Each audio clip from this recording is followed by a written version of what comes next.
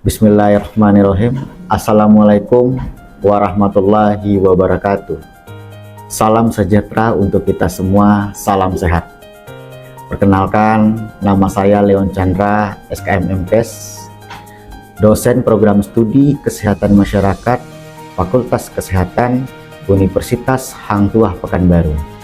Perkenankan saya pada kesempatan kali ini untuk memaparkan pernyataan diri dosen dalam unjuk kerja Tridharma Perguruan Tinggi atau PDD UKTPT dalam aspek pengajaran sebagai salah satu syarat untuk sertifikasi dosen tahun 2025.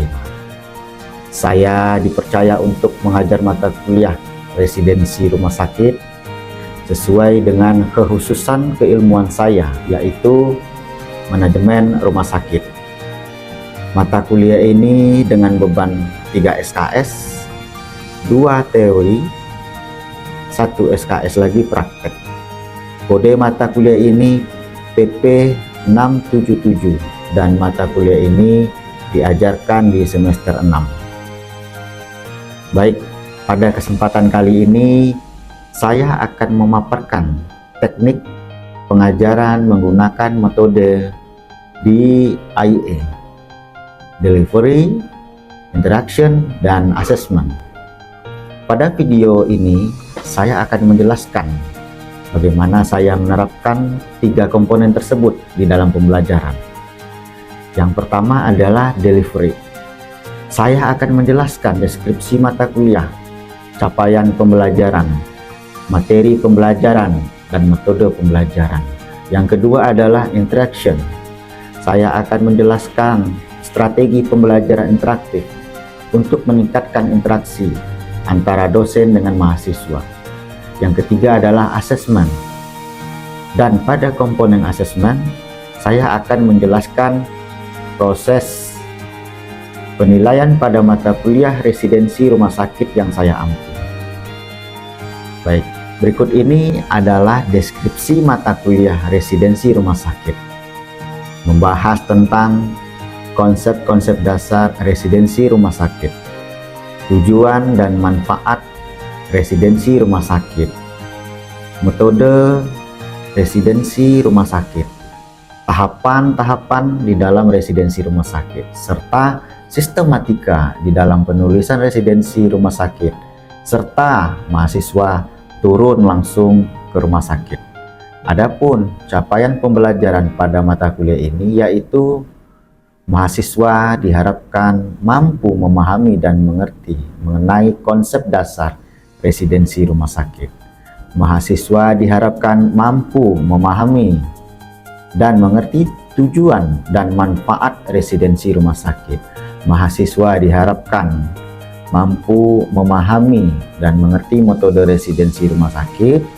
Mahasiswa diharapkan mampu memahami dan mengerti tahapan-tahapan di dalam residensi rumah sakit. Mahasiswa diharapkan mampu memahami dan mengerti sistematika di dalam penulisan residensi rumah sakit, serta mahasiswa langsung turun rumah sakit. Dalam proses pembelajaran mata kuliah ini, saya menggunakan referensi dari buku-buku terkait mata kuliah residensi dan buku pedoman residensi, dan selain itu saya juga mengunggah beberapa artikel penelitian yang terakreditasi secara nasional maupun internasional terkait dengan residensi rumah sakit. Awal pertemuan diawali dengan perkenalan, kemudian sesi tanya jawab, refleksi pertemuan sebelumnya, dan brainstorming. Dan pada tahap akhirnya, untuk memahami sejauh mana keberhasilan proses mengajar, dilakukanlah asesmen penilaian. Adapun komponen dan bobot penilaian mata kuliah residensi rumah sakit meliputi ada soft skill 20%, tugas 10%, ujian tengah semester 30%, ujian akhir semester 40%. Baik, berikut ini saya menampilkan proses pembelajaran saya. Terima kasih. Wassalamualaikum warahmatullahi wabarakatuh. Salam sehat. Assalamualaikum warahmatullahi wabarakatuh. Waalaikumsalam warahmatullahi wabarakatuh. Selamat siang semuanya. Salam sejahtera untuk kita semua. Siang, Pak. Salam sehat. Salam sehat. Oke, sebelum kita memulai perkuliahan, ada baiknya kita berdoa ya, agar pembelajaran kita pada siang hari ini, baik itu teman-teman yang menerima maupun Bapak yang menyampaikan, mendapatkan ilmu yang bermanfaat nantinya. Berdoa sesuai dengan keyakinan masing-masing. Berdoa mulai.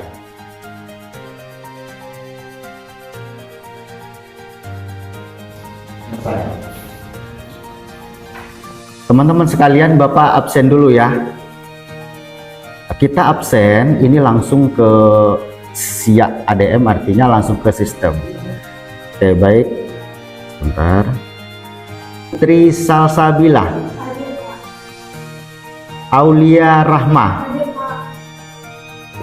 Desrianti, Dian Putri Rahmayani.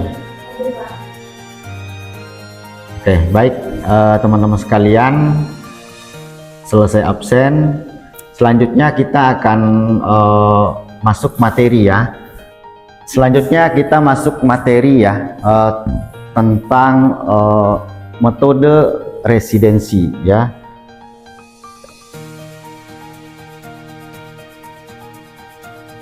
Tentang kegiatan residensi atau metode residensi ya. Di pertemuan kemarin kita sudah belajar mengenai konsep residensi itu sendiri ya. Jadi Bapak mau mereview kembali perkuliahan di minggu lalu, kira-kira masih ingat nggak ya? Oke, baik. Bapak mereviewnya yang pertama adalah apa sih itu residensi? Karena kita kemarin kan belajar residensi. Ayo, siapa yang mau menjawab? Oke. Jadi menurut saya kemarin, dari hasil pembelajaran minggu lalu, residensi yang saya tangkap itu yaitu proses belajar mengajar yang melibatkan mahasiswa secara aktif dalam kegiatan manajemen yang ada di rumah sakit, sehingga dapat menyeimbangkan mahasiswa di bidang akademik yang diperoleh dalam perkuliahan dengan pengetahuan dalam pengelolaan yang ada di rumah sakit. Oke, baik, Ayu, bagus sekali. Kita berikan aplaus untuk Ayu ya. Oke. Baik, bagaimana kita menyeimbangkan antara akademik ya. Akademik artinya kita mendapat perkuliahan. Jangan pembahasan mengenai residensi itu artinya kita dapat materi, lalu materi tadi diterapkanlah di rumah sakit ya. Jadi itulah yang dinamakan atau yang dimaksud dengan residensi rumah sakit. Oke, teman-teman sekalian, satu lagi ya. Apa sih fungsi atau gunanya kita belajar residensi itu? Apa gunanya kita belajar residensi itu? Kira-kira. Saya, Pak. Oke, silakan Elsa. Mahasiswa dapat memiliki bekal, yaitu kemampuan dan keterampilan yang diperlukan dalam mengelola rumah sakit dengan baik. Oke, baik Elsa. Jadi intinya fungsi kita belajar residensi itu adalah ya kita kan langsung turun ke lapangan, ke rumah sakit. Artinya kita berinteraksi dengan orang-orang atau staf-staf yang mereka memang basicnya adalah rumah sakit. Jadi secara tidak langsung tentu kita berinteraksi dengan mereka, berinteraksi dalam jangka waktu yang cukup lama, kita akan terbiasa dengan hal-hal demikian. Baik, kita berikan aplaus untuk Elsa ya.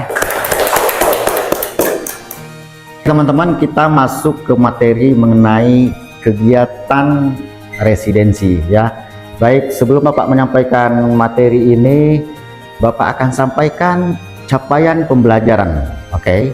Setelah mengikuti perkuliahan ya, mahasiswa diharapkan dapat memahami dan menjelaskan tentang yang pertama adalah unit-unit manajemen rumah sakit ya. Setelah itu yang kedua, metode residensi rumah sakit. Yang ketiga, teknik pelaksanaan residensi rumah sakit ya. Oke, selanjutnya ini dia pokok bahasan residensi.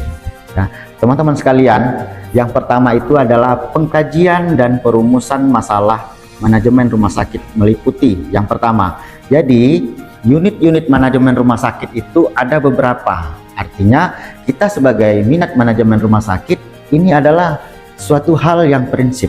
Kenapa Bapak katakan demikian? Ketika nanti teman-teman bekerja atau pergi ke rumah sakit, mana sih yang bagian manajemen rumah sakit itu ya? Apakah kita langsung bersentuhan dengan pasien? Apakah kita melayani pasien atau di bagian manajemen saja, tidak langsung bersentuhan dengan pasien? Ini penting. Oke, mari kita lihat. Yang pertama adalah unit manajemen rumah sakit itu manajemen sumber daya manusia.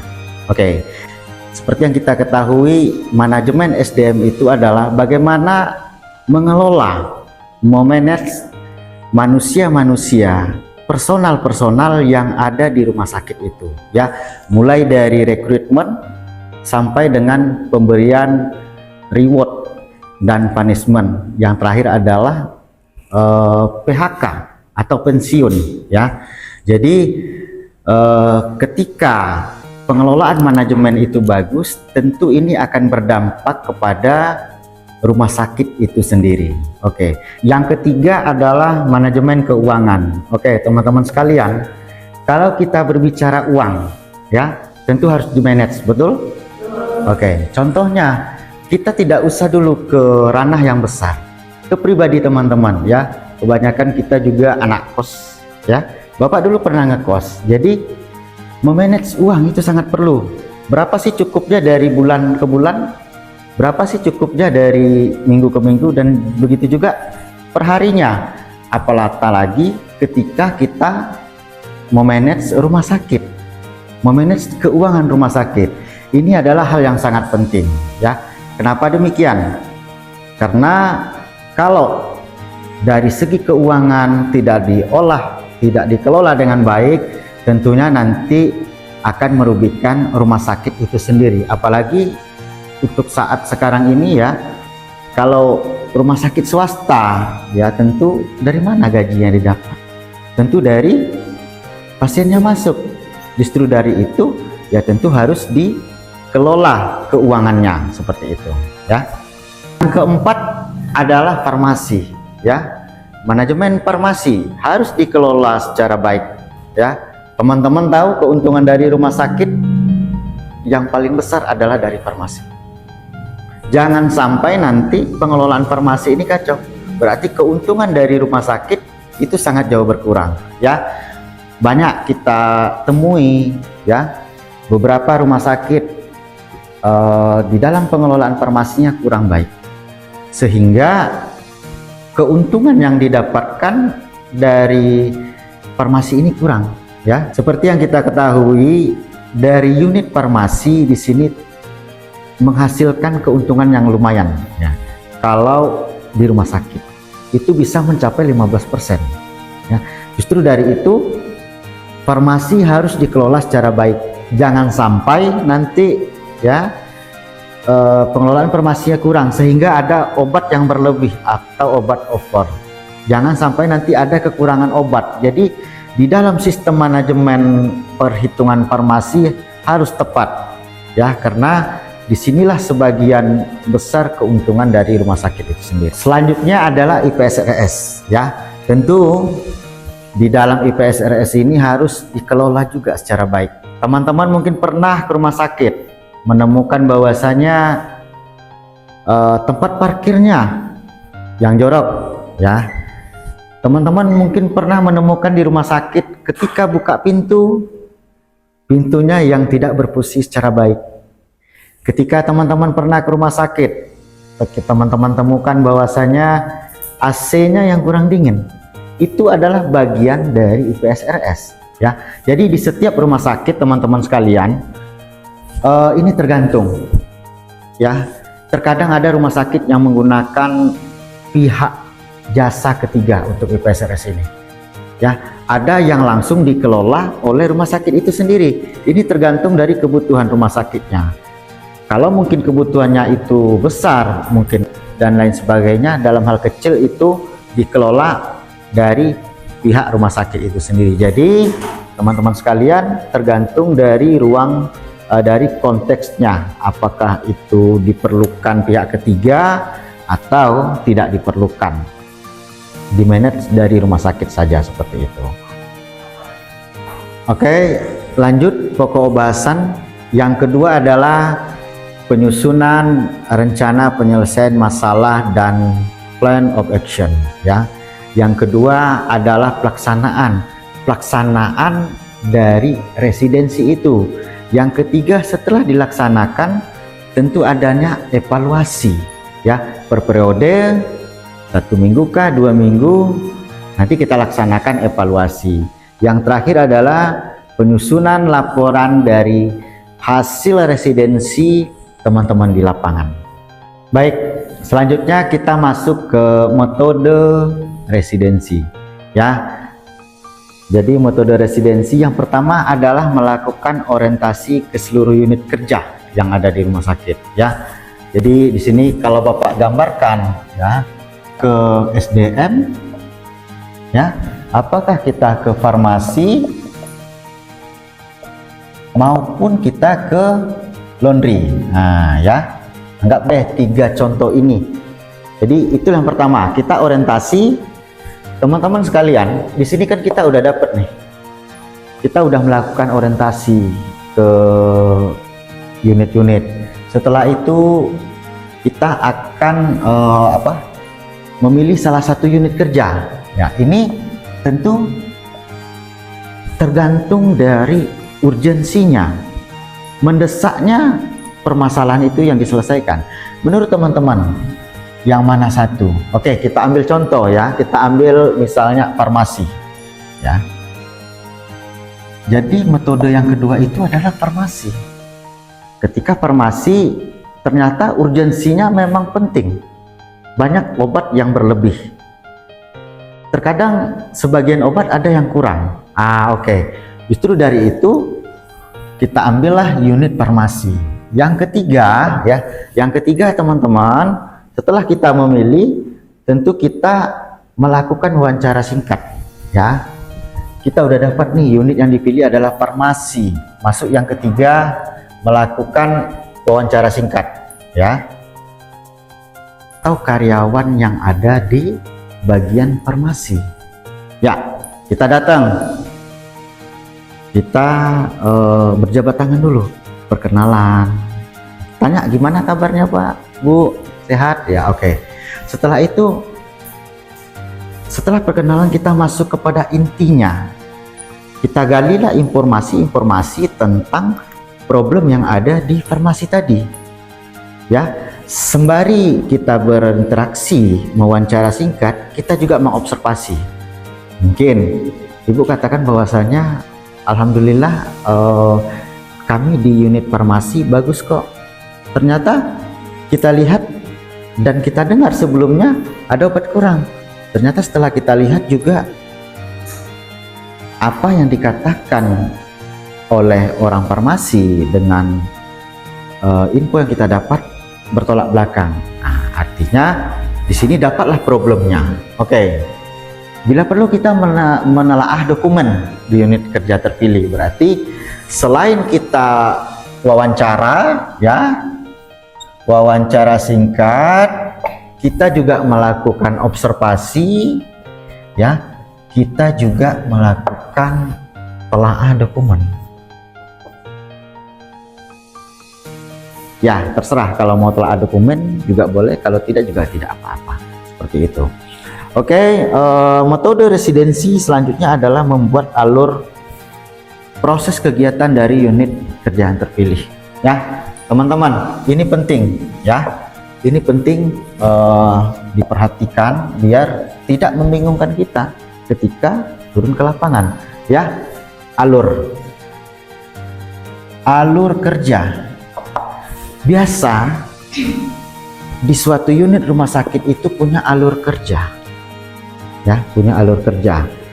Alur kerjanya ini kita contohkan farmasi. Berarti farmasi itu alur kerjanya sebelumnya adalah ke bagian unit rawat jalan, unit rawat inap.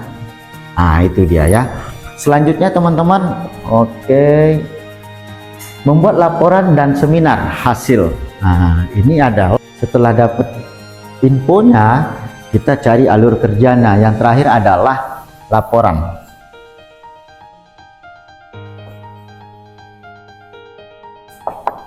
Laporan residensi selesai.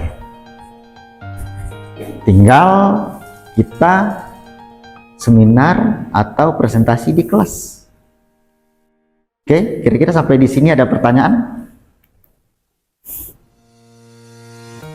Silakan. Saya Pak. Ya, silakan Elsa. Bagian dari manajemen rumah sakit itu ada apa saja ya Pak? Oke, baik. Pertanyaannya yang bagus ya, Elsa. Baik, seperti yang Bapak jelaskan tadi Elsa, bahwasanya untuk manajemen rumah sakit itu ada beberapa, ada 6 tadi ya. Yang ketiga, manajemen keuangan. Setelahnya farmasi ya. Selanjutnya IPS RS. Yang selanjutnya laundry. Ya, Elsa, ini dia. Ada manajemen SDM, manajemen logistik, ya, manajemen keuangan, farmasi, IPS RS, serta laundry. Ada yang bisa menjelaskan? Silakan. Saya Pak. Oke, silakan Aulia Rahma. Manajemen SDM adalah serangkaian kegiatan yang bertujuan untuk mengelola tenaga kerja rumah sakit secara efektif dan efisien, mulai dari perencanaan kebutuhan SDM, rekrutmen, pelatihan, dan pengembangan. Oke, baik. Kita berikan aplaus ya untuk Aulia Rahma. Baik teman-teman sekalian, ya, pengelolaan manusianya, pengelolaan SDM-nya, mulai dari rekrutmen sampai dengan kalau di PNS biasanya itu pensiunnya. Jadi itu harus dikelola dengan baik agar berjalan efektif dan efisien. Oke, baik. Ini adalah dari segi manajemen sumber daya manusia. Oke. Dari segi manajemen logistik, ayo siapa yang bisa menjelaskan? Saya Pak. Oke, silakan. Manajemen logistik proses pengelolaan semua kegiatan yang terkait dengan pengadaan, penyimpanan, distribusi, dan penggunaan barang, termasuk obat-obatan, peralatan medis, dan perlengkapan lainnya yang diperlukan untuk operasional rumah sakit dan pelayanan pasien. Oke, baik. Berikan aplaus untuk Aulia. Jadi teman-teman sekalian, ya, kalau kita berbicara logistik tadi harus dikelola dengan baik, ya, agar berjalan efektif dan efisien. Oke, selanjutnya adalah manajemen keuangan. Nah, siapa nih yang suka berbicara tentang duit atau pandai mengelola duit? Ayo silakan. Saya Pak. Oke, silakan Nurul. Manajemen keuangan adalah mengatur keuangan di rumah sakit, termasuk perencanaan, pengorganisasian, pengendalian, dan pengawasan keuangan untuk mencapai tujuan organisasi rumah sakit, Pak. Oke, artinya ya, ketika berbicara uang harus dikelola dimanapun, apalagi kalau kita berbicara tentang rumah sakit seperti yang Bapak jelaskan tadi, ya. Oke, dimanage dengan baik. Oke, selanjutnya farmasi. Siapa yang bisa menjelaskan Saya, unit farmasi? Oke, Silakan. Informasi adalah keseluruhan proses pengelolaan kesediaan farmasi, alat kesehatan, dan bahan medis habis pakai di rumah sakit. Oke, baik. Kita berikan aplaus untuk Ipo ya. Selanjutnya laundry. Ternyata kita tanya satu-satu ya. Artinya teman-teman sudah paham apa yang disampaikan. Oke, terakhir adalah laundry. Kira-kira siapa yang mau menjelaskan? Oke, Zakia silakan. Laundry adalah pengelolaan dan pengawasan dalam proses mencuci linen di fasilitas kesehatan rumah sakit untuk mencegah penyebaran penyakit dan menjaga kesehatan di lingkungan rumah sakit tersebut. Oke, baik. Zakia, bagus sekali jawabannya. Kita berikan aplaus untuk Zakia. Oke, kita mau teruskan lagi teman-teman bahwasanya laundry. Oke, terima kasih. Ya, alhamdulillah selesai pertemuan kita pada siang hari ini. Ya, untuk video ini deh. Baik, tadi ada 3 tahap yang sudah Bapak jelaskan. Yang pertama ada tahap persiapan, yang kedua tahap pengajuan proposal, dan yang ketiga tahap pelaksanaan. Baik, terima kasih Ayu. Kita berikan aplaus untuk Ayu dulu ya. Alhamdulillah, kemudian pada siang ini selesai. Mohon maaf bila ada kesalahan, kata-kata yang kurang berkenan.